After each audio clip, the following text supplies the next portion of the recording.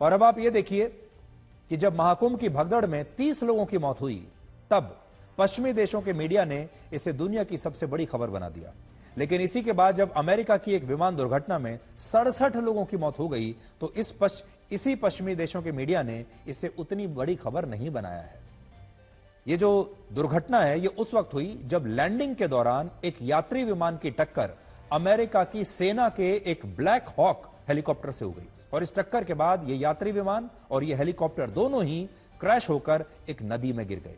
ये वही नदी है जो अमेरिका के व्हाइट हाउस से सिर्फ 5 किलोमीटर दूर है। ये दुर्घटना हुई है वॉशिंगटन डीसी में।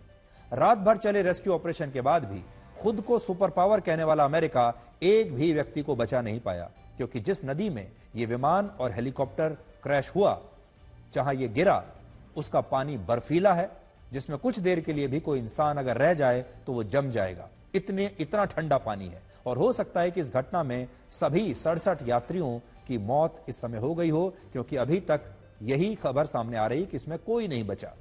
सोचिए अगर इस तरह की कोई घटना भारत में हो जाए, जहां एक हवाई जहाज और एक हेलीकॉप्टर आपस में टकरा जाएं ऊपर ही, तो पश्चिमी मीडिया हमारी सिविल एविएशन इंडस्ट्री का कितना मजाक उड़ाए, हमारी सेना के हेलीकॉप्टर्स का कितना मजाक उड़ाया जाता।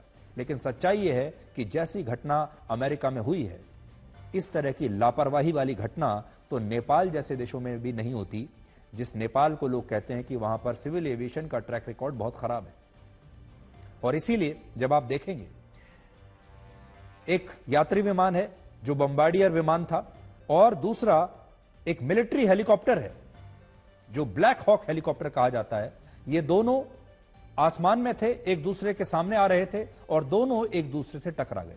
और ऐसा कहा जा रहा है कि जो मिलिट्री हेलीकॉप्टर था, इसने एयर ट्रैफिक कंट्रोलर की चेतावनी को नजरअंदाज कर दिया, उसकी बात नहीं सुनी और यह सीधा उस विमान से टकरा गया।